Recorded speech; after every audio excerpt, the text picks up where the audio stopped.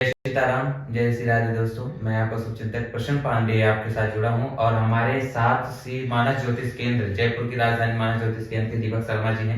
आज हम जानेंगे सूर्य के बारे में। सूर्य ग्रह जो है क्या है? सूर्य जो ग्रह है ग्रहों का राजा बताया गया। तो आज इस द्वादश कुंडली के बारे में हम द्वादश भाव में सूर्य का फल क्या है वह हम दीपक शर्मा जी जो हमारे ज्योतिष बड़े ही अच्छे ज्योतिषाचार्य उनके बारे में जानेंगे। तो आइए आप थोड़ा कुंडली में सूर्य के बारे में दर्शाएंगे। देखो आचार्य जी, सूर्य के बारे में क्या है कि जो हमने पढ़ा है गुरुजनों से जो सीखा है, जो कुंडलियों में ऑब्जर्व किया है, अनुभव किया है बहुत सारा, उससे हमने एक दोहा बनाया। उस दोहे के हिसाब से ही मतलब समझो आप 12 ग्रहों का एक एक करके मैं आपको बताऊंगा सबका। तो हमने हमारे गुरु के आशीर्वाद से श्री गुरु जानकी त्यागी महाराज के पद पंकज सिर नाय मानस ज्योतिष कहूं सुन सज्जन चितलाय। 10 में सूर्य पिता का नाश लिखूं, 1 में राजाधिराज, 4 में राजा का प्रिय और 5 में पुत्र धनवान, 6 में शत्रु का नाश लिखूं, 7 में पत्नी का नाश, 6 में पूर्व जन्म का भोग लिखूं, अष्टम में पूर्व जन्म का भोग लिखूं, 9 में धर्म का राज, 11 में राज संकट लिखूं, 12 में मोक्ष कर द्वार, द्वितीय में कुटुंब कलेश लिखूं, और तृतीय में पराक्रमवान। ये आपका बनाया हुआ निमित्त दोहा है। तो जैसे आप इसे पूर्ण रूप से दर्शाएंगे। जैसे कि देखो, सूर्य ग्रह के बारे में हम पहले समझते हैं। सूर्य आत्मा का प्रतीक है, मान सम्मान का प्रतीक है, हमारे दादा परदादा जितने भी पितृ हमारे हुए हैं उनका प्रतीक है। आत्म विश्वास, जिससे आदमी को कार्य करने की ताकत मिलती है आत्मविश्वास से, तो वो सूर्य हमको प्रदान करता है। सूर्य का अस्तित्व इतना है अपने जीवन में कि सूर्य के बिना कुछ संभव ही नहीं है। सूर्य के बिना कुछ भी संभव नहीं है। तो सूर्य का होना मतलब कुंडली में सही बहुत ही ज्यादा जरूरी है। ये ग्रहों का राजा है। इसके शत्रु ग्रह 3 हैं, शनि, शुक्र और राहु। सम बुध को कहते हैं, बुध में सम रहते हैं।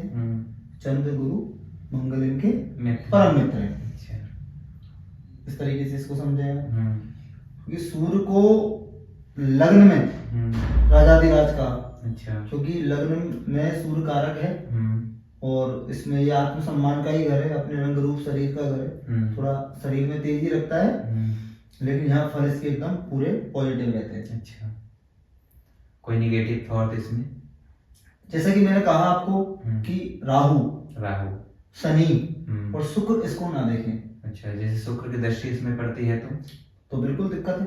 दिक्कत परसेंटेज ऑफ 100 बिल्कुल एकदम 60-70 हो जाएगा। पाप ग्रहों की दृष्टि नहीं पड़नी चाहिए। जो इसके शत्रु ग्रह हैं उनकी दृष्टि इस पे ना पड़े।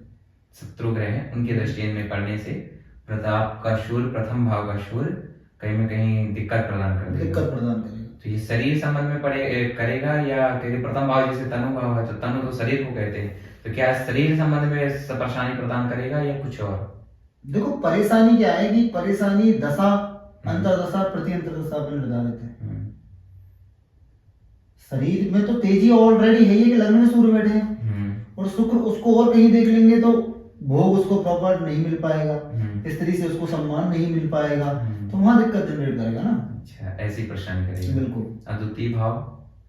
द्वितीय भाव में क्या है कि ये शुक्र का घर है, जैसे कि मैंने पहले बताया उसका दुश्मन है, तो यहाँ वो कंफर्ट नहीं है। सूर्य कंफर्टेबल, यहाँ मतलब वाणी उसकी थोड़ी कड़वी हो सकती है, तेज हो सकती है किसी प्रति।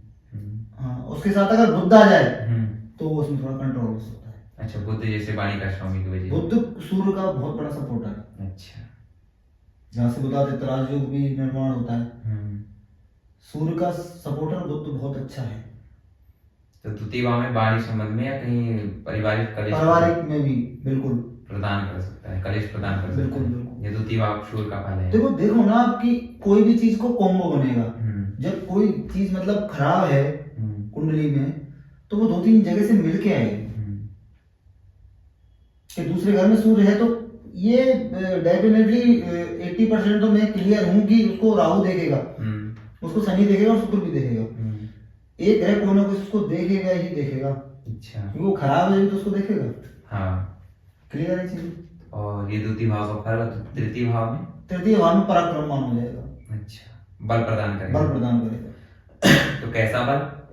बाहुबल, भाई, अच्छा। छोटे भाई बहन, पावरफुल, पूरा पराक्रम उसका चाल चौबंद पे कर देगा। मतलब शारीरिक बल भी प्रदान करता है या हमारे बैकअप? तो समाज में अपनी बात को पुख्ता रखना, ये पराक्रम, इसको इस तरीके से समझे। सभा में कम का मतलब संसार में या समाज में जहाँ भी है, कहीं पे भी, दबदबा मतलब जहाँ चार लोग बैठे हैं, अपने घर में भी, परिवार में भी, अपनी बात को जो वो रखेगा तो उसकी बात मानी जाएगी। अच्छा, ऐसा पराक्रम प्रदान करेगा तृतीय भाव का। तृतीय भाव का। और चौथे भाव का?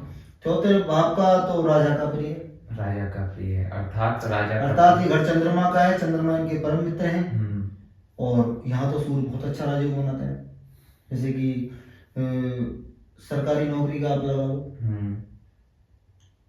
चौथे भाव का सूर्य सरकारी नौकरी प्रदान करता है। राजनीतिक योग भी यहाँ से निर्माण करता है सूर्य। और ये जैसे चौथा भाव माता का घर माना जाता है, तो क्या माता के लिए कोई हानि? नहीं, तो माता के लिए हानि तो एक अलग पार्ट हो गया। अच्छा।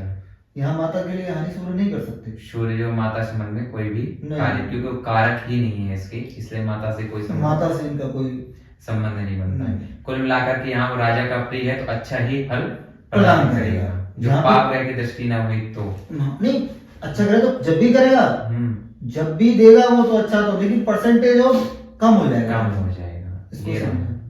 यहाँ पे बेटा सूर्य अपना पूर्ण प्रभाव दिखाएगा, लड़ेगा वो सबसे, आने तो कोई आ रहा है तो, लेकिन वो लड़ने में अपनी क्षमता को गवा देगा। तो ये रहा चौथे भाव का फल। अब पंचम भाव के बारे में जानेंगे। पंचम भाव में पुत्र धनवान, अच्छा पुत्रवान, धनवान, विद्वान, मतलब देव भक्ति में निपुण, और पितरों का संपूर्ण आशीर्वाद उसको प्रदान होता है। अच्छा, पितरों का आशीर्वाद पंचम भाव के सूर्य से प्रदान मिलता है। बिल्कुल मिलता है। तो ऐसे व्यक्ति क्या धर्म से जुड़ते हैं? बिल्कुल जुड़ते हैं धर्म से। तो ऐसे व्यक्ति कह सकते हैं जैसे एस्ट्रोलॉजर या भागवत कथा इत्यादि कर सकते हैं? देखो वो योग तो गुरु और शनि की युति से। अच्छा। जो आपने जैसे कि अभी कुछ क्वेश्चन पुट अप किया है, इसमें सूर्य के चैप्टर में लगाया है। देखो इसको या तो आप अलग से समझना चाहोगे या फिर अभी मैं इसके बारे में वर्णन करूंगा। सूक्ष्म रूप में ही बताइए। सूक्ष्म रूप में जैसे कि मैं आपको बताऊं कि आपने जैसे कहा कि आपने भागवत आचार्य, तो उनके कारक गुरु हैं। अच्छा, धर्म के कारक गुरु हैं। हाँ, और आदमी कथा करेगा तो उसका विवेक अच्छा होना चाहिए। तो विवेक के लिए फिर बुद्ध होना चाहिए। बुद्ध भी उसका अच्छा होना चाहिए कि लग्नेश बलवान होना चाहिए। अच्छा। बुद्ध कन्या राशि में हो, मिथुन में हो, और गुरु के दृष्टि संबंध में हो, और शनि साथ में हो, गुरु शनि का कॉम्बो भी एक अच्छा, मतलब कुल मिलाकर के ऐसे कार्य करने के लिए ये विपरीत योग हो गए, मतलब दूसरे ग्रहों से योग बनता है। सूर्य सिर्फ हमें धर्म से जोड़ने कार्य करता है पंचम भाव। पुत्र और धन का भी लाभ कराता है। पुत्र का, धन का, क्योंकि ये पूरा पंचम भाव जो है संचित धर्म का, जो हम मतलब कमाते हैं, और द्वितीय घर जो है जो हमको विरासत में मिला है, जो हमारे पहले से है। बिल्कुल। और यहाँ से हमने कमाया द्वितीय भाव से, द्वितीय भाव से हमको विरासत मिली, पंचम भाव से हमने जो कमाया, और नवम भाव पे जो हमने जोड़ के रखा, और लग्न से हमने भोगा। अच्छा, इस प्रकार से ये देखा जाता है धन का योग। तो पंचम के बाद छठवें भाव के बारे में बात करेंगे। इसमें शत्रु का नाश करेगा। शत्रुओं का, तो शत्रु कैसे, प्रकट रूप वाले या गुप्त शत्रु? प्रकट हो, गुप्त हो, सब किसी प्रकार के शत्रु हैं तो शत्रु का नाश करता है। लेकिन ये छठवां भाव मामा मामी नाना नानी का भी देखा जाता है, तो इसके लिए क्या कहेंगे? तो इनके लिए भी क्या है कि वो सबके लिए एक ही कॉम्बो है कि वहां से चीजें एकदम पॉजिटिव होंगी। उसको बस शनि ना देखे, शुक्र ना देखे, और राहु ना देखे। छठवा का क्या, मामा की ब्लेसिंग का होता है। तो मामा की ब्लेसिंग मिलना जिंदगी बहुत जरूरी है। शादी में मामा आ जाए ना, तो शादी पक्का एकदम अच्छी जाएगी। और मामा नहीं आया तो खराब है। फिर आपको कॉम्बो खराब मिलेंगे कुंडली में। शनि खराब मिलेगा उसका, शनि चौथे घर में मिलेगा, चंद्रमा को राहु देख रहा होगा, तो चीजें वहां से कहीं ना कहीं वैवाहिक जीवन में इसकी कोई परेशानी थोड़ी आती होगी। जैसे मामा नहीं आ रहे हैं, यहाँ का योग बिगड़ रहा है, तो वैवाहिक जीवन में क्या दिक्कत आती है? बिल्कुल आएगी दिक्कत, 100%। अरे मामा की ब्लेसिंग नहीं मिलेगी तो दिक्कत आएगी, ये मेरा मानना है। अच्छा, ये मेरा अनुभव है। तो मामा का घर में कहीं योग ये अच्छा बनाता है, क्यों पहनाते हैं, बात सीधे तो है। मामा की ब्लेसिंग में ना बहुत जरूरी है, बहुत जरूरी। छठवें घर की ब्लेसिंग चाहिए चाहिए। शादी अगर सही चल रही है तो। फिर सातवें भाव का छठवा मंगल अच्छा वैवाहिक जीवन में दिक्कत कर सकता है। अच्छा, छठवां मंगल भी वैवाहिक जीवन में प्रदान दिक्कत करता है। अच्छा बिल्कुल करेगा। चलिए, वो तो टॉपिक अलग होगा। सातवें घर में सूर्य, हम्म, ये पूरा घर भोग का है, स्त्री का है, व्यापार का है, जॉइंट खाते का है, पार्टनर्स का है। तो इसमें तो शुक्र सूर्य बिल्कुल अनकंफर्टेबल है। तो ऐसे जातक का वैवाहिक जीवन तो बहुत ही मतलब कष्टदायक है। तो यहाँ पर जैसे दादा दादियों को भी देखा जाता है यहाँ, तो क्या ये पत्नी के लिए खास करके उसकी पत्नी मानेगी भी सास ससुर को, सही है बिल्कुल। चेक कर पत्नी नहीं माने, कहीं ना कहीं एक तरफ से पत्नी से यहाँ पे गृह कलेश प्रदान करता है। बिल्कुल, इसमें पिता भी सम्मिलित होंगे, पिता भी सम्मिलित होंगे, माता पिता भी सम्मिलित हो जाएंगे। तो इसमें कोई मतलब हमें व्यापार नौकरी संबंध से कोई नहीं, मतलब गृह कलेश अच्छा ही नहीं, अच्छा ही मैं तो नहीं। मेरी तरफ से सीधा बोलता हूँ, अच्छा ही नहीं। यहाँ का सूर्य अच्छा फल देगा। यहाँ पे सूर्य होगा ना तो उसको ऑटोमेटिक है तो राहु देख रहा होगा, ऑटोमेटिक तुमको 2-3 डैमेज, मैंने पहले ही आपको कहा है कोई चीज अगर खराब होती है सूत्र मिलते हैं, 2-3 सूत्र आपको मैच कर देंगे। यहाँ पे सूर्य सही नहीं है। अष्टम भाव के बारे में, अष्टम भाव में जो पूर्व जन्म में आपने अच्छा किया है बुरा किया है उसके कर्मानुसार आपको सूर्य यहाँ से फल दे देंगे। अर्थात हमारे जो प्रारब्ध पुराने जन्म पिछले जन्म के हमारे जैसे रुका हुआ काम आपका हो सकता है। हम्म, अष्टम में बैठे सूर्य की जब दशा अंतरदशा प्रति अंतरदशा आ जाएगी तो निकल जाएगा आपका काम। तो कुल मिलाकर के ये प्रारब्ध देता है, पुराना फल देता है। अच्छे कर्म किए तो अच्छे और बुरे कर्म किए तो बुरा, ऐसा रहेगा। तो यहाँ ये समान रूप से है। और नवम भाव में यहाँ पे तो बहुत अच्छा योग बना रहा है, कैसे? तो धर्म का राज है। अच्छा, कि देवगुरु बृहस्पति का ये घर है और सूर्य आत्मा है, गुरु मिल गए और आत्मा मिल गई, आत्मा से परमात्मा, आत्मा से परमात्मा। बहुत अच्छी बात, मतलब भाग्य यहाँ खुलना ही है सूर्य से, भाग्य मतलब रुकेगा नहीं। संतों का आशीर्वाद मिल जाएगा उसको, संतों का आशीर्वाद मिल जाएगा। तो यहाँ पर भाग्य खुलने के लिए कह सकते हैं या धर्म से जुड़ने के लिए कह सकते धर्म से जुड़ेगा, भाग्य तो ऑटोमेटिक खुला हुआ है। तो यहाँ पे बैठा हुआ सूर्य मतलब धर्म का राज देता है, धर्म का राज, ऐसा जातक ब्राह्मणों को मानने वाला, तीर्थ यात्रा करने वाला, धर्म का प्रचार प्रसार करने वाला एक अच्छा राजा होता है। अच्छा राजा होता है। ये है नवम भाव का फल। और कर्म के भाव, 10वें भाव के बारे में। 10वें भाव में तो देखो क्या है कि सूर्य बिल्कुल ही अनकंफर्टेबल है, अनकंफर्टेबल, ये पिता के लिए कष्टदायक है। जैसे कि मैंने मेरे दोहे में कहा कि पिता का नाश, पिता का नाश। तो पिता का सुख मतलब कारण कई हो सकते हैं, कब मिल पाता है ऐसे जातक। अर्थात इसका कारण क्या शनि इस घर का स्वामी, इस कारण। हाँ, तो जैसे शनि और सूर्य में कम बनती है, ऐसे पिता पुत्र में वहां नहीं बनती, वैसे यहाँ पे सूर्य बैठने से पिता का मतलब उसको सूर्य, मैंने बहुत सी कुंडलियों में देखा है, और जो भी भक्तगण इस कुंडली के प्रोग्राम को देख रहे होंगे वो भी अपनी कुंडली में देखेंगे तो उनको मिलेगा ये चीज, 100% मिलेगा। यहाँ पे पिता का शुभ 100% कब मिलेगा? तो 10वें भाव, कारण कई हो सकते हैं। अच्छा, कारण अनेक हो सकते हैं। देखो इसमें अगर पाप ग्रह भी इसको देख रहे हैं तो डैमेज हो जाए, लेकिन वो कब होगा? कब? जब उसकी दशा अंतरदशा प्रति अंतरदशा आएगी, जब होगा। उससे पहले सूर्य का ऐसा कोई प्रभाव नहीं है। वैसे लगने में ही बैठ जाएगा तो बचपन से ही पिता के लिए ये दिक्कत देगा। क्या बैठ जाएगा लगन में? जैसे लगन में ही सूर्य मतलब जन्म के समय ही लग्न चक्र में हमारे 10वें भाव में सूर्य आता है, तो क्या बचपन से ही पिता का शुभ कम कर देगा या दशा आने पर? उसका टाइम निर्धारित होता है, दशा आने पर, दशा अंतरदशा प्रति अंतरदशा आने पे ही ये चीजें गुप्त हैं, और जब दशाएं आती हैं उस हिसाब से ही फल देगा, ये फल प्रदान करता है। और लाभ का 11वां जो घर है, इसमें सूर्य का क्या फल रहता है? इसमें क्या है, शनि का घर है और लाभ का है।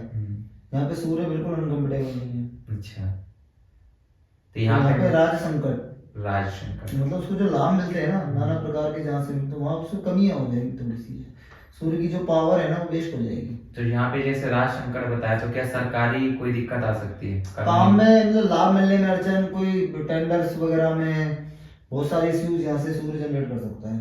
अच्छा, कंफर्टेबल नहीं है यहाँ पे सूर्य, यहाँ पे सूर्य फलदायक अच्छा नहीं है। मैंने जो अनुभव किया तो मेरे हिसाब से 12 भाव का सूर्य प्यार के घर में बहुत ही अच्छा, मोक्ष का द्वार। लेकिन 12 घर जो बताया गया है वो तो खर्चे का, अर्थात कहा गया बहुत बुरा है, 12वां घर तो अच्छा नहीं देखो रहता। वो चीजें एक अलग है। देखो मकान किसका है उस पर डिपेंड करता है। अच्छा, मकान किसका है, तो कैसा फल प्रदान करता है द्वादश भाव का? बिल्कुल अच्छा प्रदान करेगा ये तो। जैसे मोक्ष का घर है तो इसके गुरु का घर है, विदेश से बहुत लाभ देगा सूर्य। यहाँ पे भी देश पे लाभ देगा और मोक्ष भी प्रदान कर सकता है। बिल्कुल मतलब अगर गुरु की कहीं ना कहीं उस पर दृष्टि हुई तो बिल्कुल मोक्ष प्रदान है। तो क्या ऐसा व्यक्ति धर्म साधु संत आध्यात्मिक होता है? अच्छा, तो ये संत बनना जरूरी नहीं है, घर में भी रहा तो भी संत जैसा जीवन व्यतीत करेगा। देखो ये चैप्टर तो आपका हो ही चुका है कि संत का क्या है कि मन से होता है इंसान, मन से। बिनु सत्संग विवेक ना हुई, संतों की संगति करने से ही विवेक जगता है। और राम कृपा अपने स्वर्ग न सोए, राम कृपा के बिना वो संभव भी नहीं। तो सत्य संगति ही भक्ति को जगाती है। बिनु सत्संग भगति नहीं, ते ही बिनु द्रवई ना राम, और राम कृपा बिनु सपने जीव ना लहे विश्राम। सिंपल कोड को समझिए, बिनु सत्संग भक्ति नहीं, बिना सत्संग के भक्ति नहीं जगेगी। और भक्ति के बिना ते ही बिनु द्रवई ना राम, उसके बिना राम जी द्रवित नहीं होंगे। और राम कृपा बिनु सपने जीव न लहे विश्राम, जीव न लहे विश्राम। भक्ति स्वतंत्र सकल गुण खानी, भक्ति सारी गुणों की खान है, बट मिलेगी कैसे? बिना सत्संग में ना पावही प्राणी, बिना सत्संग के उसको इंसान पा नहीं सकता। और सत्संग कैसे मिलेगा? पुण्य पुंज बिन मिलेगा संता, आपने कितने पुण्य किए हैं उसके हिसाब से आपको सत्संग मिलेगा। तो पहला पॉइंट क्या है? पुण्य कर्म करो, कर्म अच्छे करो। जैसे मैं यहाँ तक जानूंगा तो उसके लिए मैं कह रहा हूँ कि केतु को जैसे मोक्ष का कारक बताया गया है, तो सूर्य के द्वारा कैसे द्वादश भाव में मोक्ष हो सकता है? क्या है पूरा तत्व का घर है इस कारण? दोबारा से आपको क्वेश्चन दोहराइए। जैसे कि केतु मोक्ष का कारण बताया गया है, तो कारक बताया गया, तो सूर्य द्वादश भाव में है जी, तो ये मोक्ष कैसे प्रदान कर रहा है द्वादश भाव से? देखो गुरु वो घर गुरु का है। अच्छा, इसलिए वो द्वादश भाव से मुक्ति प्रदान कर रहा है। तो ये आज हमने जो सीखा और आपके द्वारा जो आप सीखा, आपने जो बताया कि ये प्रथम भाव से लेकर द्वादश भाव तक का सूर्य का क्या फल रहा, बड़े ही सूक्ष्म तरीके से हमने आज ये जाना। जो भी विद्वान या कोई जो ज्योतिष भी सीखना चाहता है तो इस वीडियो को देख करके और अच्छी तरीके से इसको जो है तो पढ़ सकता है और जान सकता है। अभी तो जो भी कोई व्यक्ति वीडियो को देख रहा है, जो किसी को कोई कष्ट है, दिक्कत आ रही है, तो वीडियो के नीचे देखेंगे तो यहाँ जो राजधानी में जयपुर में यहाँ पर जो ज्योतिष केंद्र श्री दीपक शर्मा जी का, उस ज्योतिष केंद्र में आकर के आप यही कुंडलियां दिखाना चाहते हैं तो आप यहाँ उपस्थित होकर के भी कुंडलियां दिखा सकते हैं। जो आप कहीं बाहर से हैं, दूर हैं, तो आप कॉन्टेक्ट नंबर जो नीचे शो कर रहा है उस कॉन्टेक्ट नंबर पे आप जो कॉल कर सकते हैं, व्हाट्सएप भी कर सकते हैं, दोनों व्यवस्था इस नंबर पे है, तो आप उनसे बात करके जुड़ सकते हैं। अभी तो वो हर तरह से आपकी मदद प्रदान करेंगे। तो ये वीडियो हमारा रहा सूर्य के बारे में।